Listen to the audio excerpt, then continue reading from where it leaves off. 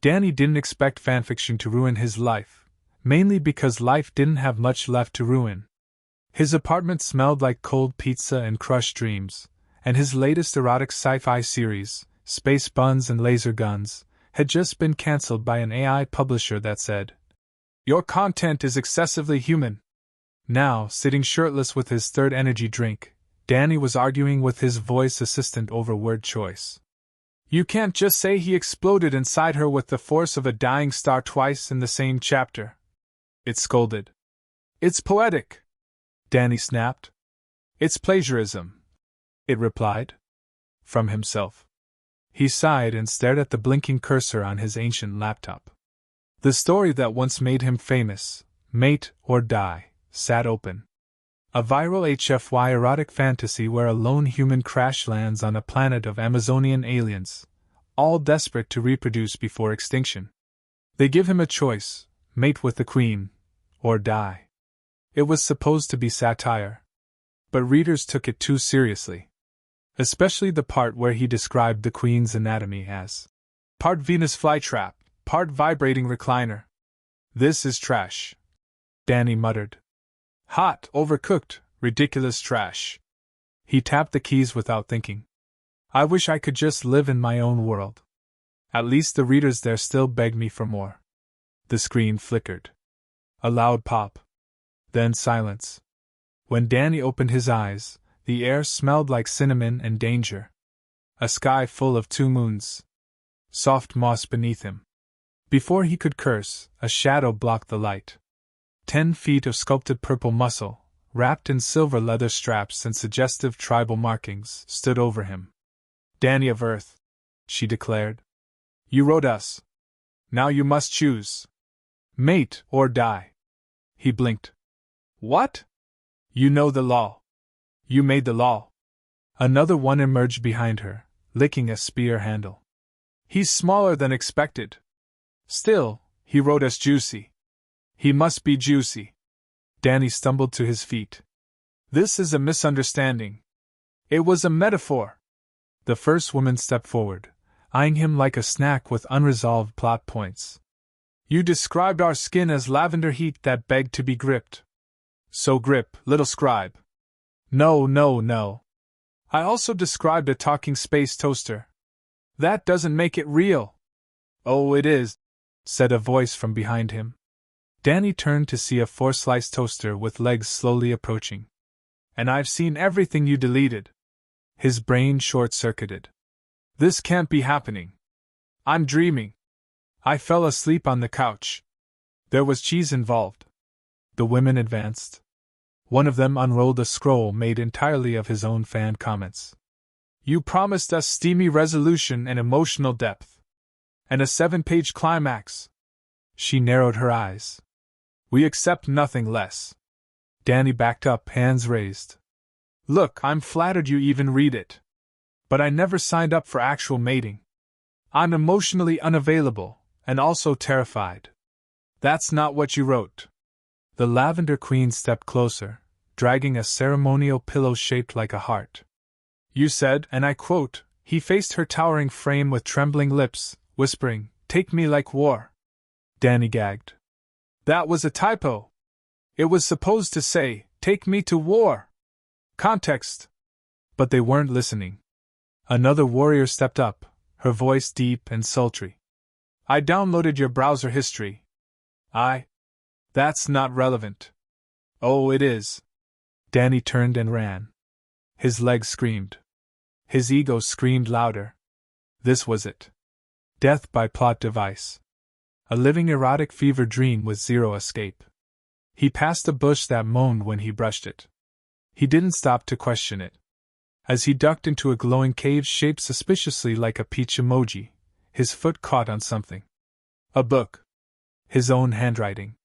Mating clause, exemption possible upon completion of 3 narrative trials, conflict, growth, climax. He gasped. Hope. Stupid, horny hope. Behind him, the voices grew closer. He fled. How romantic. I must chase. Danny clutched the book like a life raft. Okay. I wrote the rules. That means I can survive this. Maybe. Probably not. He turned one last time to yell into the night. I'm not ready to climax yet. The night replied. You will be. Danny stumbled through a field of suggestively shaped plants, clutching the handwritten loophole book like a sacred relic. His breath came in panic bursts, not just from fear but the humiliating realization that he'd written this entire scenario during a lonely caffeine high and now had to survive it. A rustling behind him made him flinch, but instead of another warrior, he was greeted by an enormous statue carved in the shape of his own face, except buffer and shirtless. Beneath it was a glowing altar with an inscription in his handwriting. Only through conflict, growth, and climax may the scribe avoid penetration of destiny. He groaned. Why did I write like a horny fortune cookie? Before he could insult himself further, the Saria arrived.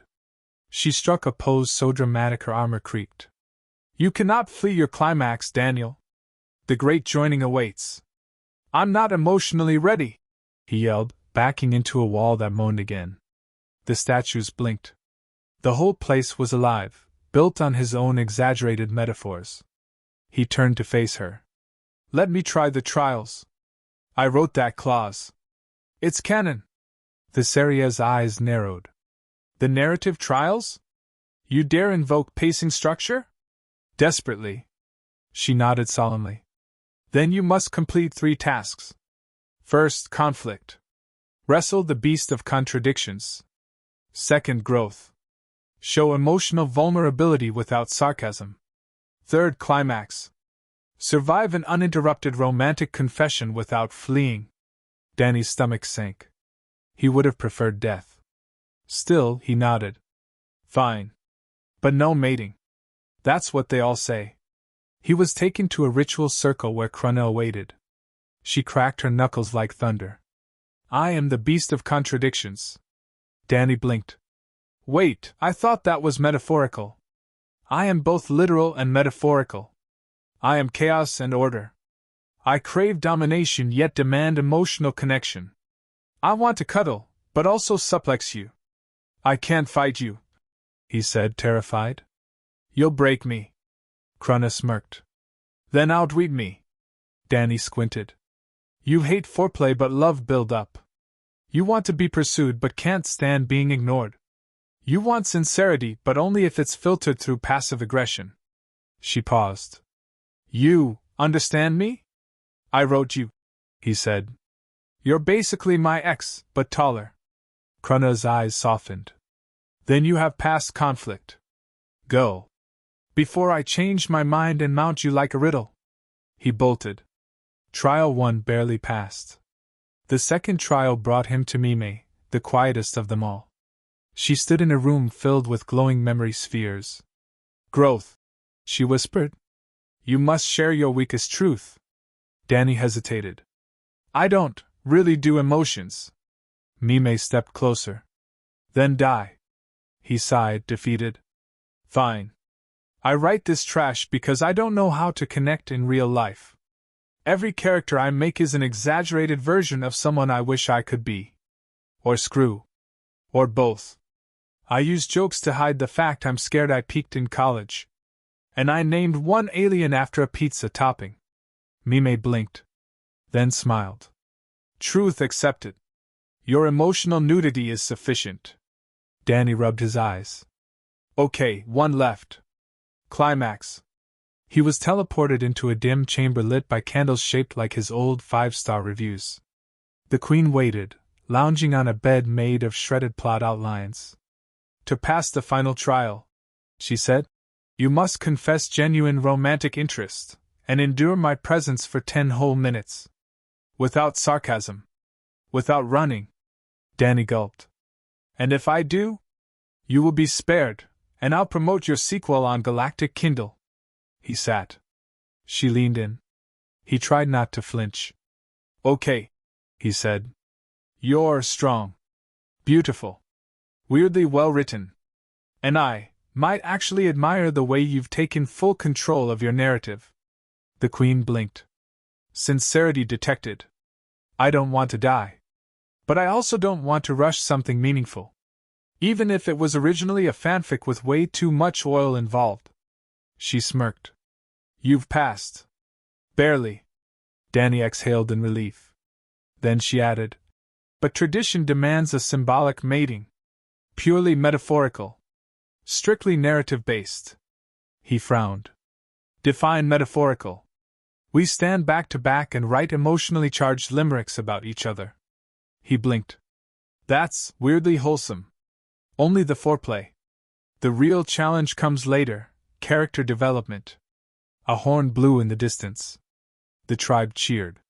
Danny, now an unlikely hero, had survived the mating gauntlet by doing the unthinkable, communicating his feelings and outsassing horny aliens with his own plot holes.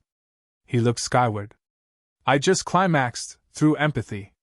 What is my life? Danny barely had time to breathe before a new problem unfolded, literally.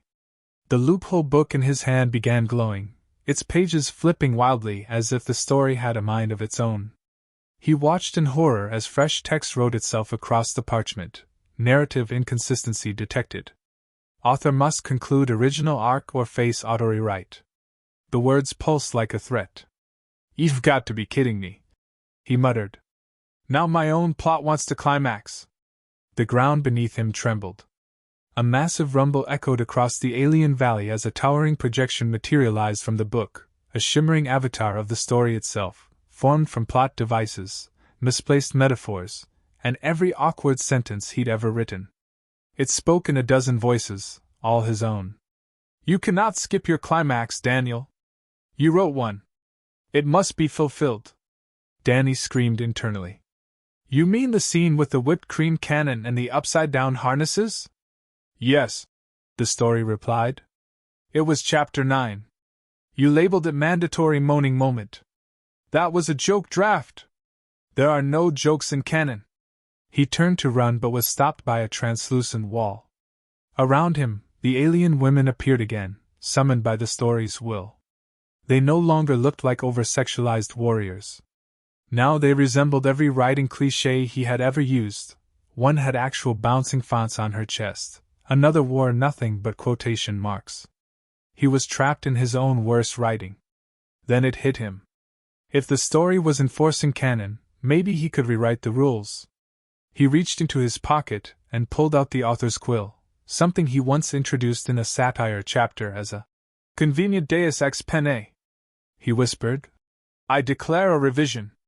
The quill lit up. Reality glitched. The women froze mid-seduction. The glowing wall flickered. Unauthorized rewrite attempt detected. The story warned. Danny scribbled furiously. Character agency override. Consent-based narrative priority. Sexy scene converted to slow burn romantic subplot with emotionally complicated pacing. Reality shifted again. The alien women blinked, their expressions softening. The overly dramatic cleavage retreated into realistic body proportions. One of them looked down and whispered, Did I always have knees? Danny kept writing. Rule 48. Author may adjust tension level based on reader comfort and mental health needs. Another shift. The whipped cream cannon exploded in a puff of scented mist and disappeared. The harness unraveled into a comfy bathrobe. The ceremonial bed morphed into a therapist's couch. The story avatar howled. You can't do this! You're neutering the narrative! Danny smirked. I'm editing. The alien queen stepped forward again, now dressed in ceremonial robes that actually covered things. Why are we doing this, Daniel? He looked her in the eyes. Because I wrote you as a fantasy. But now I see you're more than that. You're a voice. A person. Not just a walking plot point in a lewd fever dream. She tilted her head. Does this mean we don't have to, mate? Not unless you want to. That's what agency means. The queen exhaled. Then perhaps we could talk. Learn. Build an arc. Danny's eyes widened. You want to go slow? Painfully slow. Over 3 books. With cliffhangers. The story's projection began to dissolve, unable to maintain its tension without a climax. This isn't satisfying. It whined. Where's the steamy payoff? Danny lifted the quill and wrote, "Satisfaction is subjective. Resolution can be intimate without being explicit. Reader imagination is the best aphrodisiac." With that, the story collapsed, releasing Danny from its grip. The alien tribe, no longer bound by horny algorithms, began building a new society, one based on dialogue, choice, and slow-burn storytelling. Kruna flexed, now wearing a sensible sweater. "So we're still allowed to flirt?" Danny smiled. "Flirt responsibly." Mime leaned closer. "And what about fanfiction of this fanfiction? As long as it's tagged correctly." The Queen stepped forward, offering him the newly edited Book of Mating. "Then you, Daniel the Scribe, have climaxed, with consent." He held it high, nodding. "Let this be a lesson to every lonely author out there: don't write yourself into a corner. Especially not a moist, glowing one." Thunder rolled across the valley, but it wasn't dramatic. Just rain. Clean, normal, non-erotic rain. For the first time in his life, Danny felt like a story had ended, right. Just to confirm before I continue, would you like Section 4 to cover the conclusion where Danny returns to Earth, publishes the revised version of his story, and becomes a success, while alien fans and consequences follow? Or would you like it to focus more on Danny staying in the alien world and building out that arc?